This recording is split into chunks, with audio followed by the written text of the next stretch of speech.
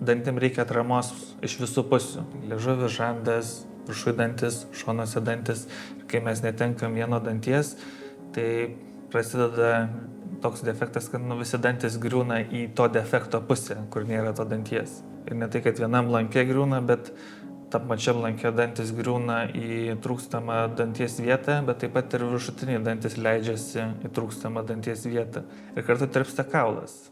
Ir kuo mes ilgiau laukiam, to defektas būna didesnis ir tada sunkiau ateityje protezuoti ir implantuoti, nes gali nelikti vietos implantui, kuris sukti, nes nėra kaulo ir tiesiog dantis labai jau išgriuvę į tą defekto vietą.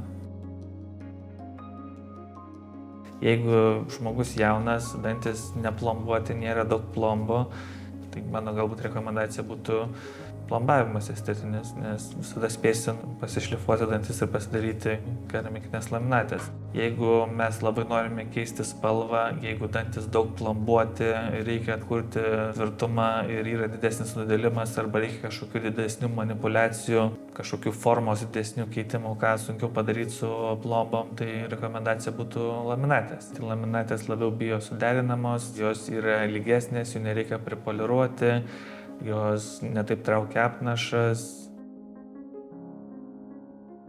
Jeigu plomba yra daugiau negu 2/3 danties vainiko, tai reiškia, jau tokį dantį reikėtų protezuoti užklotu.